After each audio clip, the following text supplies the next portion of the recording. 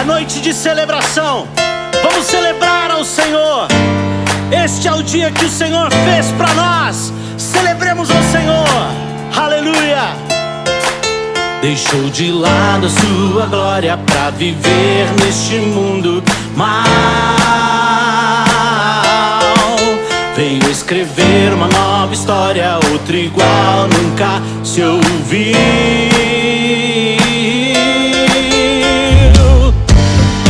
Veio nos dar nova vida, Cristo Jesus, Senhor. Vivo está o Cordeiro e está sentado à destra do Pai. Jesus, nome sobre todo nome, Jesus é o Rei. Jesus, nome sobre todo nome, Jesus é o Rei.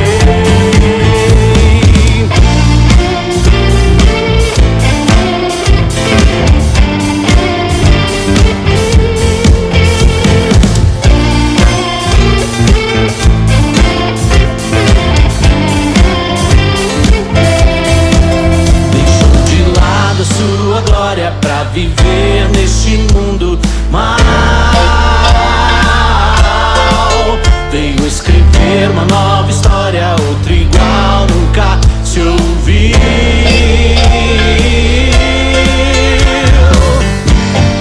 Veio nos dar nova vida, Cristo Jesus, Senhor. Vivo está o Cordeiro e está sentado à destra do Pai. Jesus, nome sobre todo nome, Jesus é o Rei. Jesus, nome sobre todo nome, Jesus é o Rei. Jesus, nome sobre todo nome, Jesus é o Rei. Jesus, nome sobre todo nome, Jesus é o Rei. Jesus, Jesus, Jesus é o Rei. Jesus, Jesus, Jesus é o Rei. Jesus, Jesus, Jesus é o Rei. Jesus, Jesus, Jesus é o Rei.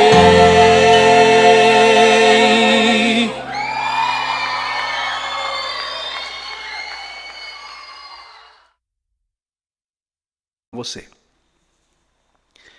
Então vamos para a palavra do Senhor, nos diz assim: e vos darei um coração novo, e porei dentro de vós um espírito novo, e tirarei o coração de pedra da vossa carne, e vos darei um coração de carne.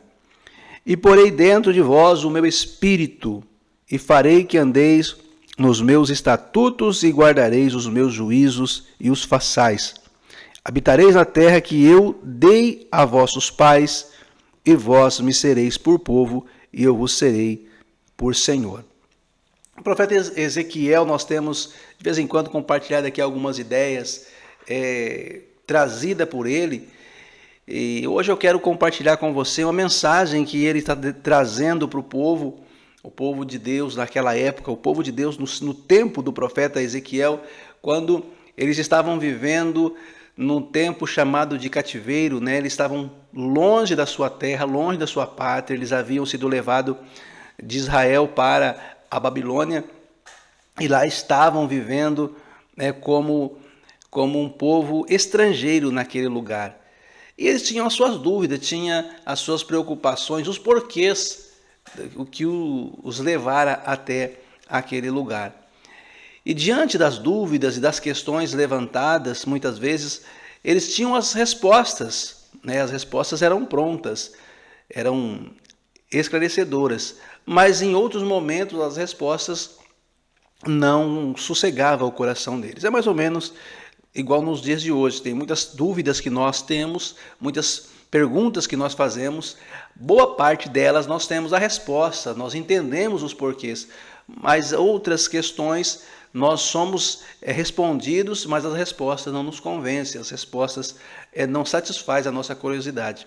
E no texto que acabei de ler, o Senhor está dizendo para eles que um dos motivos deles estarem vivendo aquela situação, de terem vivido antes daquilo, momentos de muitas tristezas, muitas lágrimas. Quando lemos o livro, um livro chamado Lamentações de Jeremias, Jeremias está fazendo um verdadeiro lamento, ele está chorando, está assim, desesperado, perguntando o porquê que eles viviam aquela tragédia, o porquê eles estavam vivendo aquela situação, os filhos órfãos, as mulheres sendo violentadas pelas ruas, as casas sendo devastadas. Eles olhavam para a cidade de Jerusalém e o fogo havia consumido toda a cidade, ou boa parte da cidade. E há um lamento, e esse livro é chamado de Lamentações de Jeremias. E a partir da resposta aqui de Ezequiel, me parece que eles tinham um coração de pedra, um coração endurecido. A palavra de Deus, os conselhos do Senhor, as orientações que Deus trazia àquele povo a partir da mensagem profética, a partir dos ensinamentos dos sacerdotes, a palavra parece que entrava no ouvido, mas não tinha como entrar no coração, pois o coração daquele povo parecia um coração de pedra. Mas algum tempo havia se passado, e há uma intervenção divina onde ele disse que ele mesmo, Deus está dizendo, ele mesmo vai fazer um trabalho, uma atuação diferenciada na vida do seu povo. E como seria isso? O próprio Deus, através de uma intervenção, não intervenção cirúrgica de médico, mas através de uma intervenção divina, espiritualmente falando, removeria um coração endurecido, removeria um coração como que de pedra, e no lugar desse coração de pedra, devolveria o coração de carne, o coração humano, um coração aonde o amor, aonde a graça, aonde a disposição, aonde a amizade, aonde a fraternidade pudesse ecoar. E dentro desse coração de carne, não um coração empedernido, um coração endurecido, um coração de carne, um coração humano. E dentro desse coração humano, ele disse, colocarei o meu espírito. Colocarei o meu espírito, e a partir de então, esses homens e essas mulheres terão atitudes diferentes. As suas atitudes serão nobres, as suas atitudes serão onde o amor divino poderá ecoar. E eles entenderam essa mensagem. Ele fecha o versículo que li, o versículo 28, aonde ele disse, e habitareis na terra que eu prometi para vossos pais, vocês serão o meu povo, e eu serei o Deus de vocês. Então essa promessa para o povo de Deus, o povo daquela época, que era chamado de povo de Deus, essa mensagem era maravilhosa, porque propunha uma mudança de disposição para aqueles homens. Mas eu estou dizendo, fazendo uma contextualização na mensagem de Ezequiel, naquele tempo de Ezequiel. Mas eu quero trazer uma reflexão, um pensamento para nós que vivemos hoje, século 21, 2016 hoje. Esse é um tempo que distancia da profecia aqui para mais de 2.500 anos, mais ou menos 2.500 anos, 2.300, 2.400, 2.500 anos, ali vou pontuar 2.400 anos, vou fechar nessa cronologia. Tão distante, mas parece que é tão atual essa palavra, pois o ser humano continua com o coração endurecido, parece faltar amor, parece faltar compreensão para com o outro, parece faltar sensibilidade para com os problemas. Cada dia que passa assistindo a TV, nós vemos os noticiários, uma notícia mais bárbara do que a outra. E pensamos assim, será possível que o coração do homem é tão insensível assim?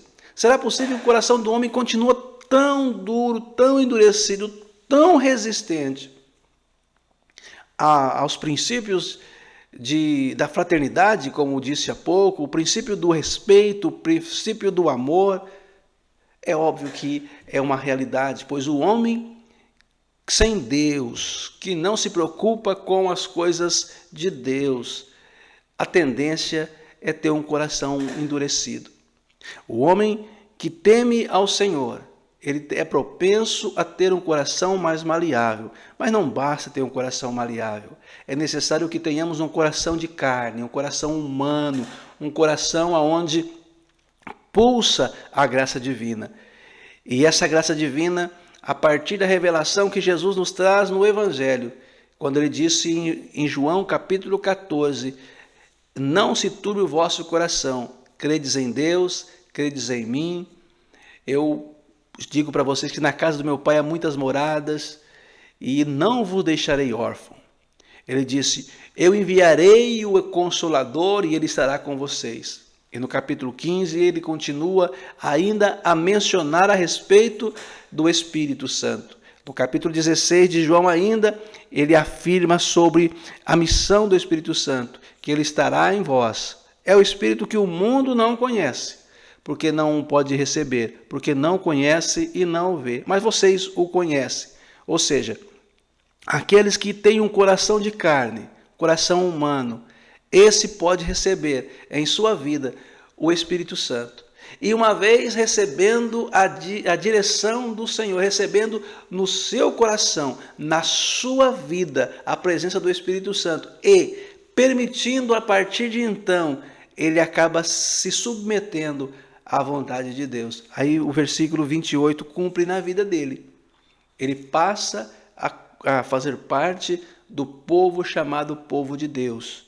Um povo alienado? Não, não é verdade. O povo chamado povo de Deus não é um povo alienado. É um povo que tem os seus princípios, ou seja, que aceita viver os princípios e as virtudes propostas dentro da palavra de Deus. E esse povo pode habitar debaixo de um reinado, cujo Deus é o Senhor, cuja mensagem é trazida e transmitida por Jesus Cristo no Santo Evangelho. E a inspiração e a orientação, ela sempre vem a partir do Espírito Santo. Aí, como disse para você agora há pouco, Deus será o nosso Deus e nós seremos o Senhor.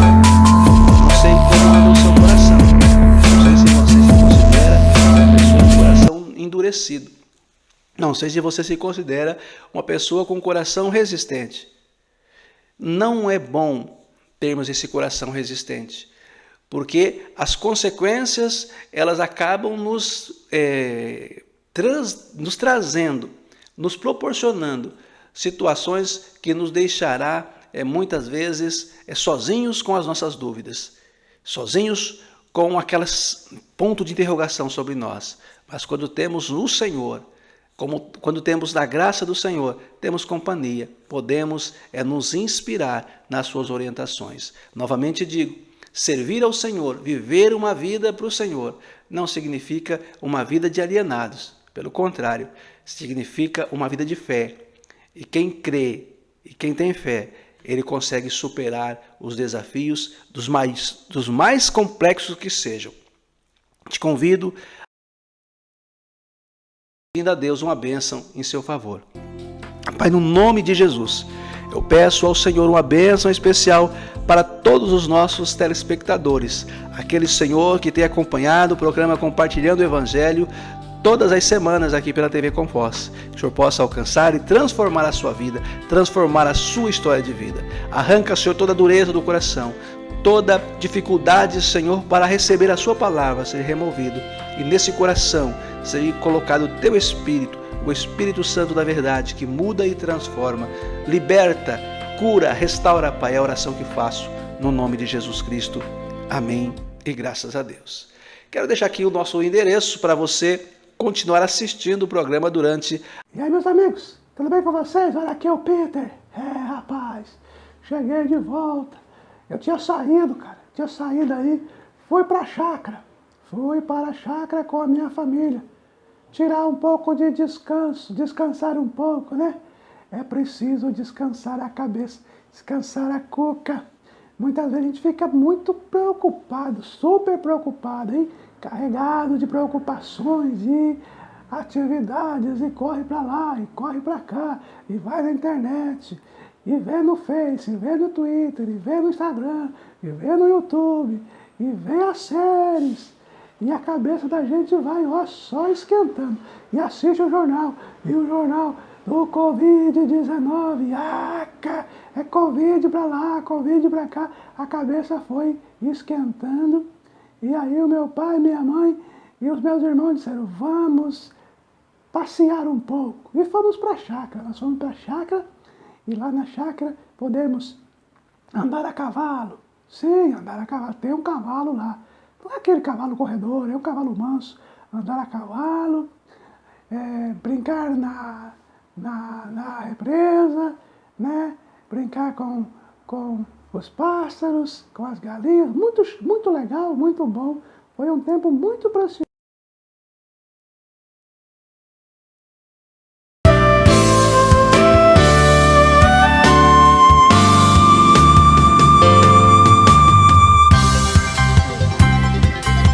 Então, espero que estejam bem.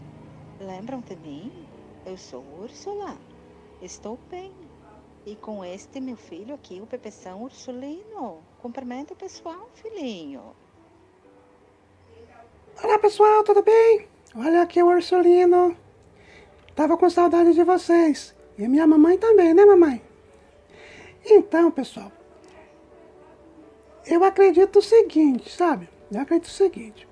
Existem algumas coisas que a gente tem que pensar, ponderar e depois trabalhar pontualmente. Por exemplo, o que eu poderia fazer para ser produtivo? Um menino produtivo. Afinal de contas, quando Deus criou o homem e a mulher e os filhinhos, eles tinham a finalidade de cuidar do jardim do Éden, cuidar do jardim. O nosso trabalho era cuidar, ok? Cuidar. E aí nós precisamos entender que algumas vezes nós deixamos de fazer a nossa parte. Não é mesmo, mamãe? Então, a minha mãe, conversando comigo, eu conversando com ela, nós resolvemos falar aqui sobre como poder cuidar do nosso jardim. Opa, como podemos cuidar da nossa casa. Vai lá, mamãe, dá uma dica para nós.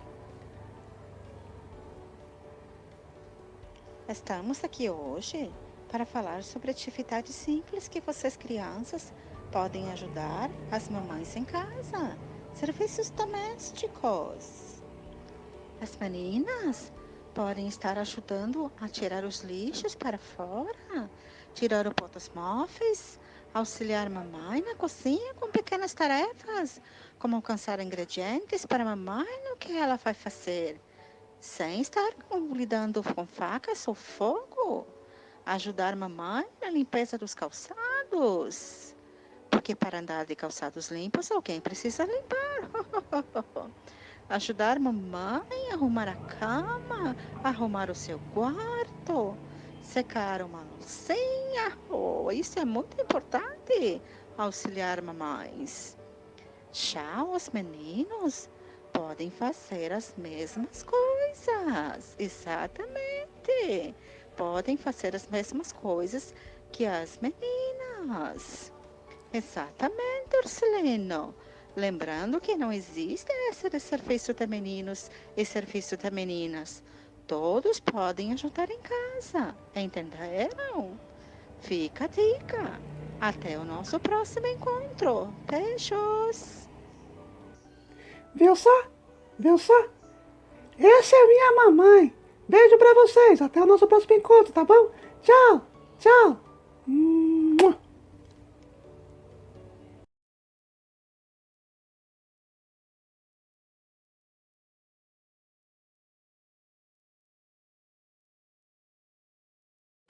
Nós estamos aqui fazendo algumas gravações para o nosso culto de missões. E como eu entrevistei alguns missionários que estão trabalhando fora do Brasil, estou aqui com a missionária Marta. A missionária Marta vai estar falando com você. Ela não fala português, né? Ela fala espanhol, ela vai falar livremente espanhol, pode falar espanhol livremente. A paz do Senhor. Boa tarde, missionária. Buenas tardes, la paz del Señor con todos ustedes.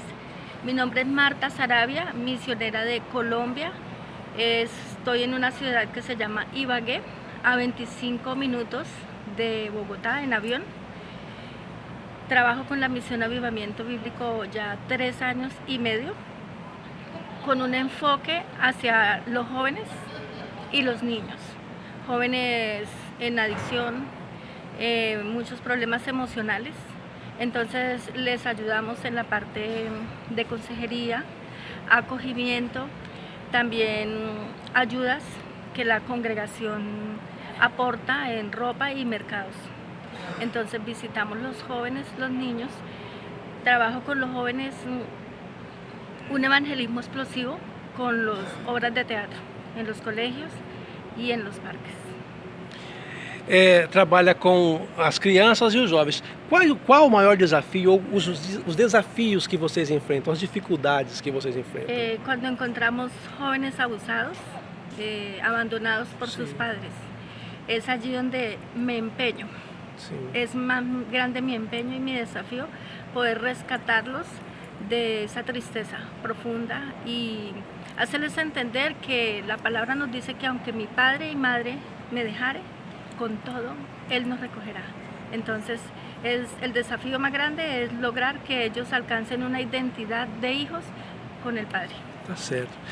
E fala pra gente, missionária, como que é a igreja, assim, o crescimento, o desenvolvimento da igreja evangélica, da igreja cristã na Colômbia?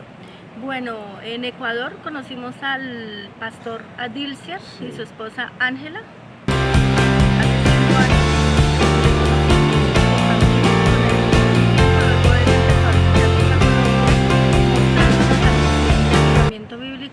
Nos enamoramos de la misión y un año después empezamos a trabajar con Avivamiento Bíblico en Colombia.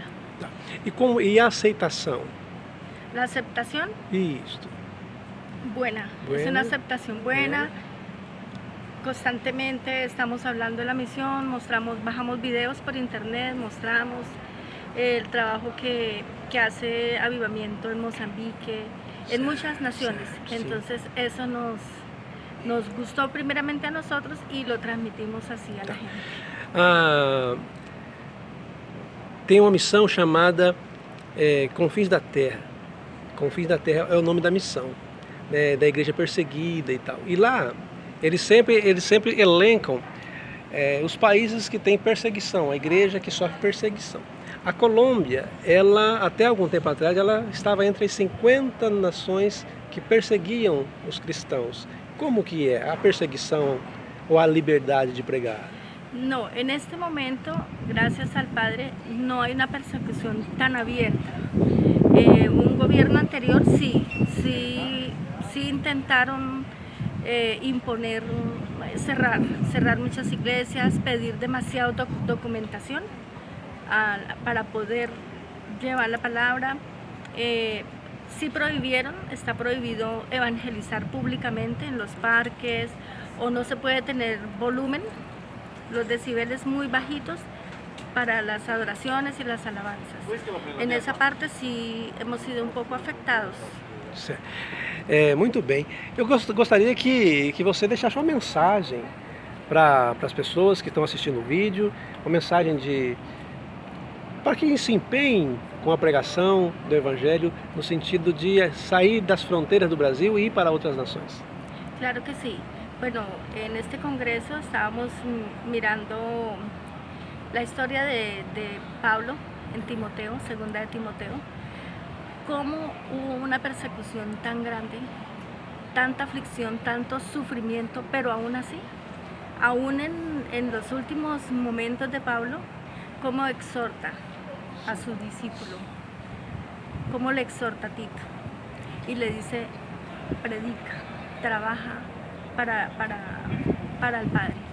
No hay mayor premio que un humano pueda tener que es evangelizar y predicar la palabra de nuestro Padre, nuestro Cristo, nuestro Salvador y Redentor. Yo te animo que aunque tengas persecución, aunque venga la aflicción, no pares, sino que empieces a crecer en una economía, en un conocimiento del Padre Eterno, y Él nos da la sabiduría. La palabra dice, abre tu boca y yo la llenaré. Amém. Graças, missionária. Graças. Ok, gracias. Un beso para todos. Bendiciones del Padre. Amém. Amém. É a missionária Marta, né? Trazendo aí da Colômbia, trazendo a mensagem pra gente.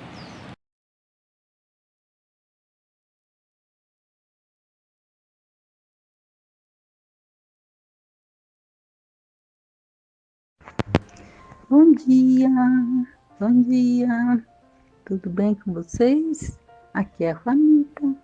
Hoje aqui de novo queria falar com vocês sobre o bullying. Sabem o que é bullying?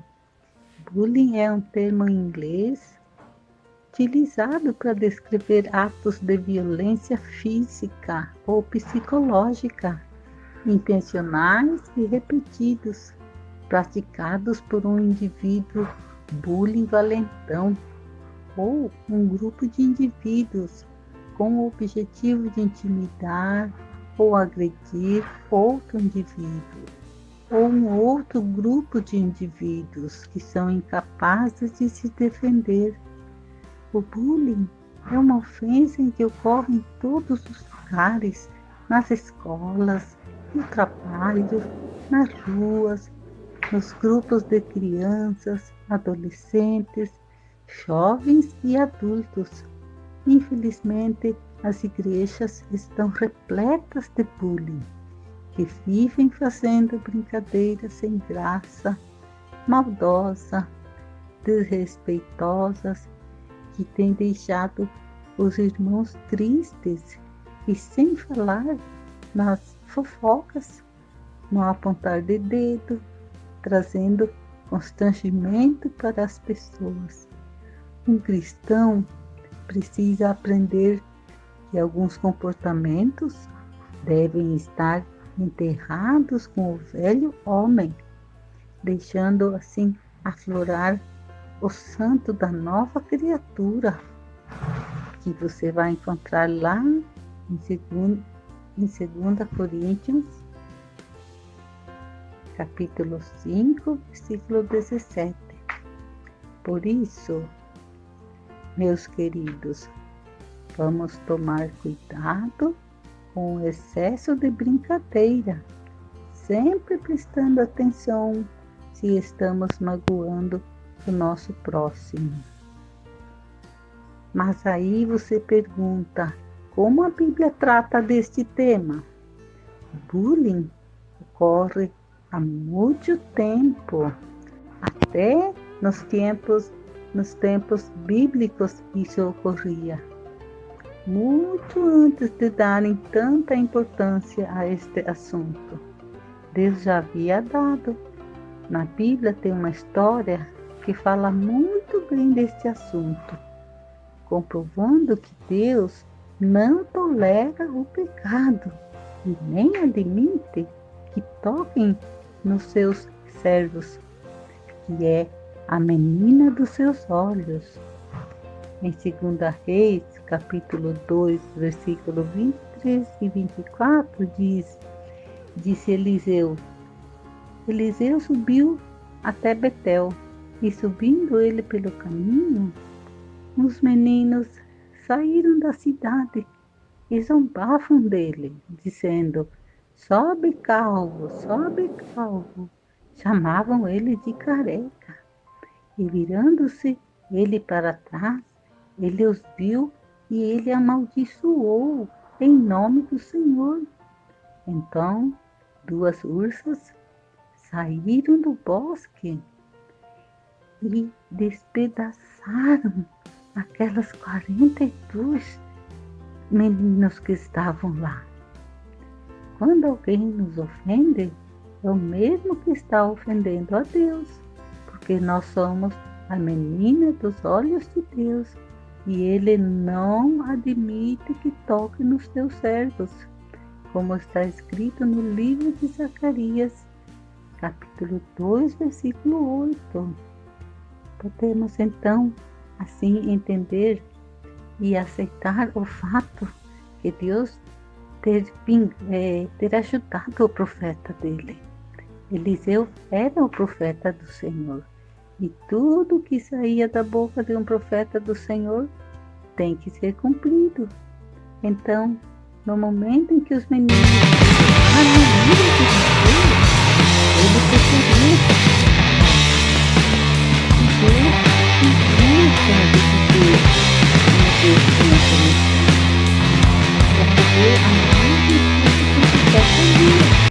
o livro de Tiago, capítulo 5, 17 e 18. O profeta proferiu que não chovesse 3 anos e 6 meses, e Deus cumpriu aquele que o profeta tinha pedido. Quais atitudes podem ser tomadas, então? Faça com que o seu grupo tenha a consciência de que é ser corpo de Cristo. Isso é muito significativo, porque quando se desenvolve essa consciência, não se machuca propositalmente o pé ou a mão, nem se programa algo muito legal e se deixa a perna direita de fora. Os capítulos 12 a 14 de 1 Coríntios são essenciais para transformar essa consciência. Como trabalhar nos elogios do nosso grupo? Nós, e principalmente as pessoas da faixa etária de 11 a 17 anos, é rápida para condenar e rotular tudo que sai do padrão. Os muitos magros, os muitos gordos, os muito baixos, os muito altos, os que têm óculos, aqueles que têm aparelho nos dentes, maiores que a média, o que foi um dia com uma roupa estranha. E alguns estudos dizem que para cada palavra negativa que ouvimos, é preciso 10 palavras positivas para apagar o efeito que aquela palavra negativa deixou em nós. Nossa tendência não é elogiar. Por isso, precisamos criar dinâmicas, exercícios e, acima de tudo, dar o exemplo para que isso aconteça em nosso grupo. Em Hebreus 3, versículo 13, fala sobre isso. Vamos incentivar o nosso grupo a agir. Se eles se comprometerem a não praticar o bullying, já será uma ação com reflexos enormes. Com isso, eles estão fazendo diferença na vida de muitas pessoas. Além disso, eles também podem intervir quando percebem que outros estão praticando o bullying, ao invés de se juntar ao grupo. Não é uma tarefa fácil, principalmente nos tempos que nós vivemos. Então vamos procurar melhorar nosso relacionamento. Tá bom, meus queridos? Um grande beijo da Juanitas e até uma próxima onde nós estamos conversando de novo. Beijo, tchau!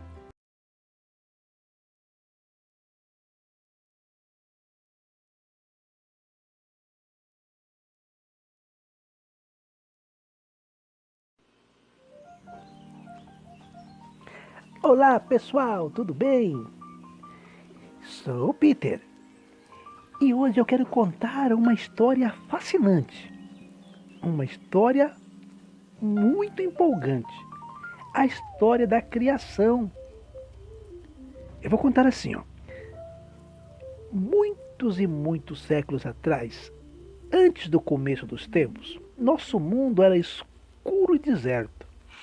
Então Deus começou a criar ordem e beleza. Foi assim, primeiro ele ordenou que a luz rompesse a escuridão. Então houve luz. Em seguida, Ele ordenou que os oceanos tempestuosos recuassem para que a terra seca pudesse aparecer. Mas a terra era vazia e silenciosa, a não ser pelo ruído das ondas e pelo sussurro do vento. Então Deus ordenou à terra que produzisse árvores e plantas. Como eram encantadoras as primeiras folhas verdes e as flores luminosas. Então Deus ordenou que o sol brilhasse de dia e que a lua emitisse uma luz mais suave à noite, no céu imponente que ele havia feito. E criou as estrelas para cintilarem na escuridão aveludada. Olha só. Assim, o céu e o mar estavam silenciosos e vazios. Por isso, Deus fez criaturas para nadarem e brincarem no oceano, desde os menores peixinhos até a imensa baleia. Fez os pássaros para que cantassem docemente enquanto voavam entre as árvores. Era um mundo lindo e Deus viu que era bom.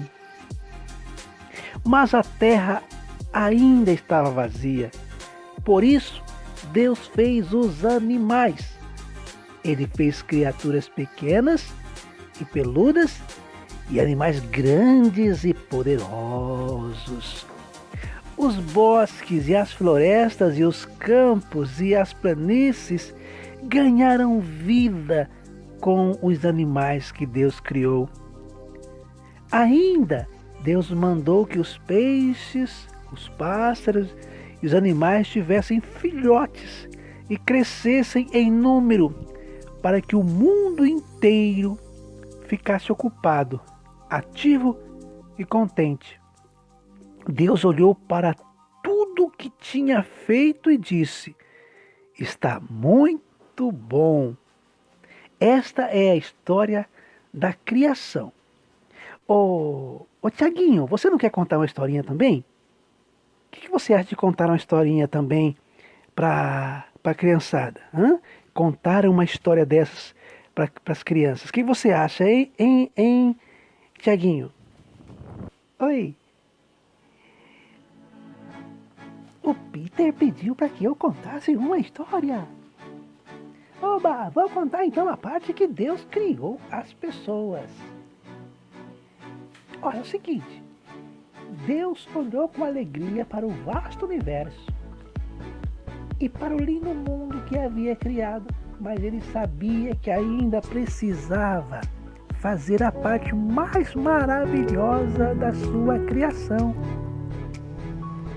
Agora vou fazer os seres humanos, disse Deus. Eles terão mente para pensar, conhecer e amar. E eu os colocarei para cuidar deste mundo, para mantê-lo em ordem. Primeiro Deus fez o homem. Chamou ele de Adão. Contudo, mesmo tendo todos os animais para cuidar e brincar, Adão se sentia sozinho. Por isso Deus fez a mulher, Eva, para ser sua esposa, para que juntos pudessem planejar, conversar, rir e amar. Deus os abençoou e disse que desfrutassem de todas as coisas do mundo que havia criado.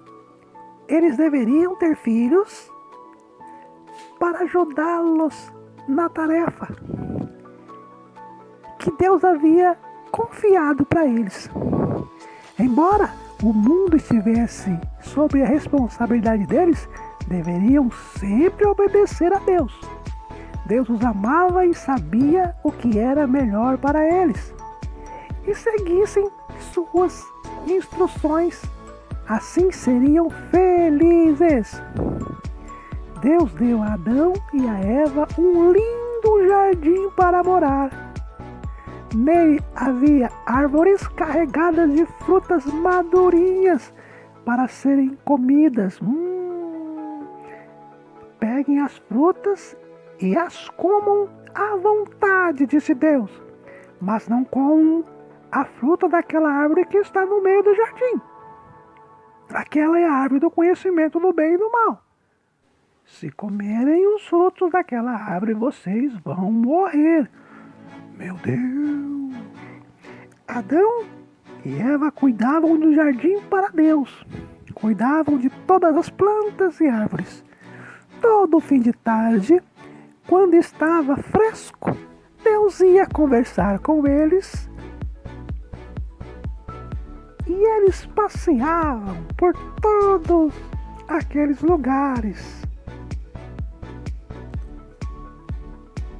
Eles passeavam contando tudo o que havia acontecido até a noite chegar, até encerrar mais um dia perfeito. Que história maravilhosa, hein, Peter? Que história linda! Você contou a história da criação do mundo. Deus fez o mundo. E aqui eu estou contando a história que Deus fez às pessoas. Vamos pedir para Martinha contar também uma história? O que você acha? Então vamos pedir para Martinha contar também uma história. Então a próxima história quem vai contar para nós será a Martinha. Até logo, tchau, tchau.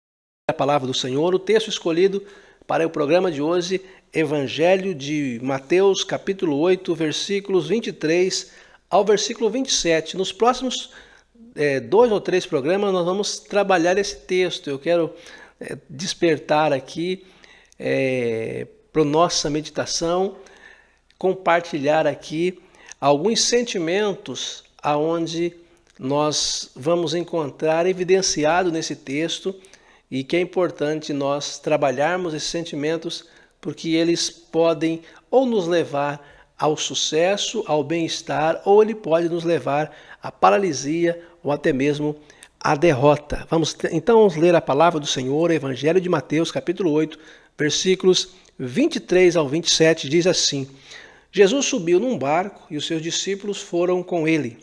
De repente, uma grande tempestade agitou o lago, de tal maneira que as ondas começaram a cobrir o barco, e Jesus estava dormindo. Os discípulos chegaram perto dele e o acordaram dizendo: Socorro, Senhor, nós vamos morrer. Por que é que vocês são assim tão medrosos? Respondeu Jesus. Como é pequena a fé que vocês têm. Ele se levantou, falou duro com o vento e com as ondas, e ficou tudo calmo. Então todos ficaram admirados e disseram: Que homem é este, que manda e até os ventos e as ondas o obedecem? Esse texto é um texto bastante conhecido para quem é acostumado a ler os evangelhos. Recorrentemente nós encontramos esse texto, também nos filmes, nas tramas cinematográficas, quando apresenta a narrativa de Jesus, a história de Jesus, nós sempre vemos esse texto sendo explorado. Quando Jesus está no lago de Genezaré, que era um pequeno mar, era uma água salgada, mas como era uma lagoa, um lago bastante grande, então era chamado de Mar da Galileia. Então não é que era um mar, mas era assim de água salgada, era água doce, mas era grande. E muitas embarcações passavam por ali. Pequenas embarcações tripuladas, com pequenas tripulações, com algumas pessoas dentro, sempre se locomovia de um lado para o outro. E nesse dia, especificamente, a palavra nos disse que aconteceu uma grande tempestade, uma tempestade muito forte, aonde provocaram grandes ondas, e as ondas estavam entrando para dentro do barco, e os discípulos que lá estavam com Jesus, apavorados, com medo da morte, despertaram Jesus. Jesus estava na embarcação e estava dormindo, estava repousando, descansando, e eles disseram para Jesus: socorre-nos, porque nós vamos morrer. Jesus se levanta questiona eles dizendo, nessa tradução diz, por que são tão medrosos?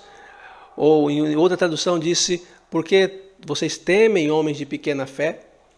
E ele repreende o vento, né? Dá uma palavra de ordem para o vento, uma palavra de ordem para as ondas, e acaba aquela tempestade, volta a uma calmaria, grande bonança.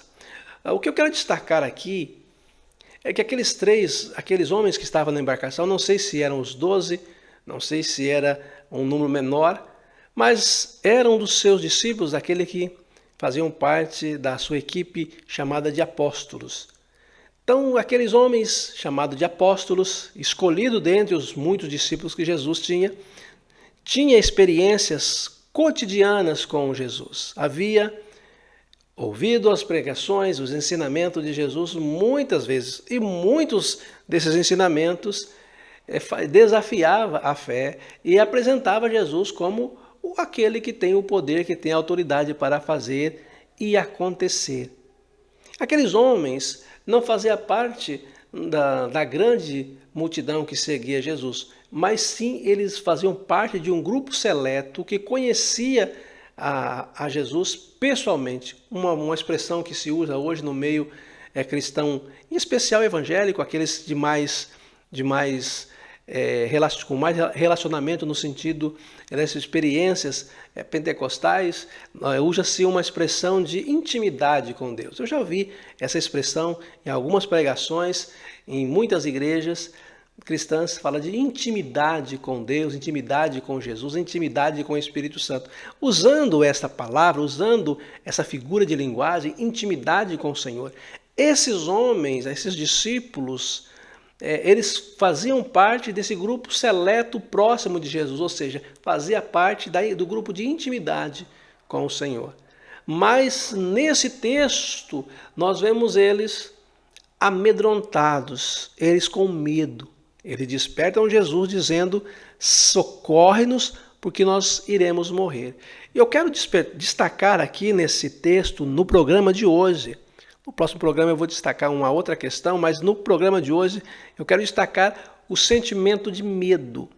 O medo que apavora aqueles homens, o medo que leva eles a ignorar a presença de Jesus ali dentro daquela embarcação. O medo que leva eles a pedir socorro porque acreditavam que estariam morrendo. Esse medo que eu vou resgatar ou destacar nesse texto não está restrito a este texto e não está restrito a episódios como este. Na verdade, querido telespectador, querido internauta que nos acompanha pela internet, pelo YouTube, esse sentimento, o medo, ele acompanha as pessoas durante muito e muito tempo, né? O medo de não dar certo, o medo de não conseguir vencer, o medo de não conseguir dar contas dos desafios. O medo acaba paralisando muitas pessoas. Existem algum sentimento, alguma expressão do medo que são positivos, até importantes. Né? Você, na hora de atravessar a rua, olhar do lado, né? Cuidar os sinais de trânsito, não andar em alguns lugares em determinadas horas da noite ou do dia. Existem alguns medos que nos preservam, ou seja, o medo existe para nos preservar, mas existe uma expressão, uma manifestação do medo que acaba destruindo o nosso futuro, destruindo a perspectiva de vida das pessoas. Eu quero fazer um link com o texto, porque Jesus estava com eles, Jesus os ensinava, Jesus numa linguagem de hoje, Jesus era o mentor deles, Jesus era o discipulador deles, Jesus era o instrutor deles, usando uma linguagem mais atual. Ainda assim, o medo o perseguia, ainda assim o medo estava de forma terrível, oprimindo-os e limitando ele. Esse medo que se manifesta no texto através da vida desses homens é o mesmo medo que tem apavorado pessoas, né? Eu acredito que esteja falando com alguém agora que ele é dominado pelo medo, né? Dominado o exagero do sentimento do medo na sua vida. Medo de uma entrevista de emprego, medo de pedir uma promoção no trabalho, medo de não conseguir manter-se fiel, medo de cair em tentação, medo, a quantidade de medo. E o que Jesus fala para eles? Jesus diz: para que esse medo? Por que esse sentimento? Por que esse desespero? Parece que Jesus está dizendo assim: eu tenho ensinado vocês, eu tenho instruído vocês, eu tenho sido o mentor da vida de vocês, eu tenho sido um modelo de inspiração para vocês e ainda hoje, né, eu estou aqui no barco com vocês e continuam com medo. Eu não sei a sua fé, eu não sei se você participa de alguma comunidade cristã, eu não sei como você deposita ou aonde você deposita a sua fé, ou se você exerce a sua fé. Mas uma coisa eu posso dizer com quase 100% de certeza: o medo tem assolado, o medo tem sido um fator preponderante na sua vida. Mas no programa de hoje, eu quero dizer que esse sentimento, ele sucumbe diante do poder da palavra de Jesus em nossa direção. E é a palavra de Jesus que eu estou destacando no programa de hoje para ministrar sobre a sua vida não o medo, mas a coragem, a disposição, a ousadia para superar esses desafios. E não sei o seu desafio no dia de amanhã ou ainda no dia de hoje, eu não sei, mas eu quero dizer para você que a coragem deve suplantar o medo e que você, em Cristo Jesus, com base nessa palavra, você é um vencedor, um grande vencedor na presença dele. Então eu quero dizer para você que o medo deve ser superado pela coragem do Senhor. É a palavra que eu trago neste programa de hoje. Antes de encerrar, quero orar em seu favor. Pai, no nome do Senhor Jesus, eu quero ministrar uma palavra de vitória, uma palavra de bênção na vida desse meu irmão, dessa minha irmã que acompanha o programa compartilhando o Evangelho no dia de hoje. Eu sei que os problemas muitas vezes nos levam ao medo, nos leva à timidez, nos leva a nos afastarmos do enfrentamento. Mas a sua palavra nos diz que nós somos mais do que vencedores na pessoa bendita de Jesus. E é com esta palavra de vitória que eu quero ministrar nessa oração na vida dele, na vida dela, na vida desta família, dessa pessoa que acompanha o programa. Muitas vezes na solidão da noite, muitas vezes no calar das madrugadas, muitas vezes durante o dia na correria, na agitação, nós paramos para ouvir uma palavra. E esta palavra eu ministro no coração dessas pessoas, no nome de Jesus Cristo. Amém. E graças a Deus.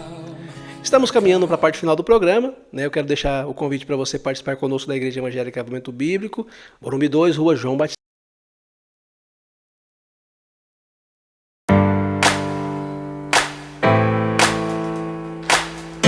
É noite de celebração. Vamos celebrar ao Senhor. Este é o dia que o Senhor fez para nós. Celebremos ao Senhor. Aleluia. Deixou de lado a sua glória para viver neste mundo mal. Veio escrever uma nova história, outra igual nunca se ouviu.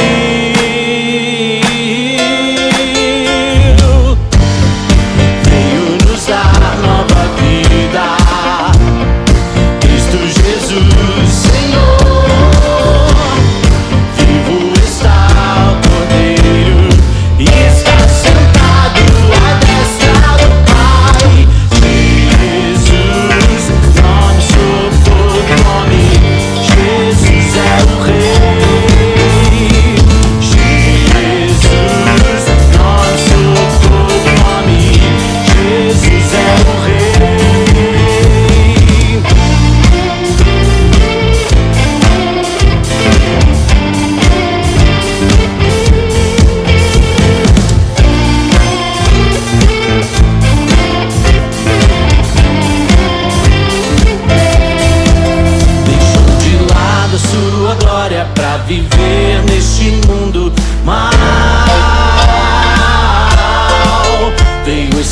viver uma nova história.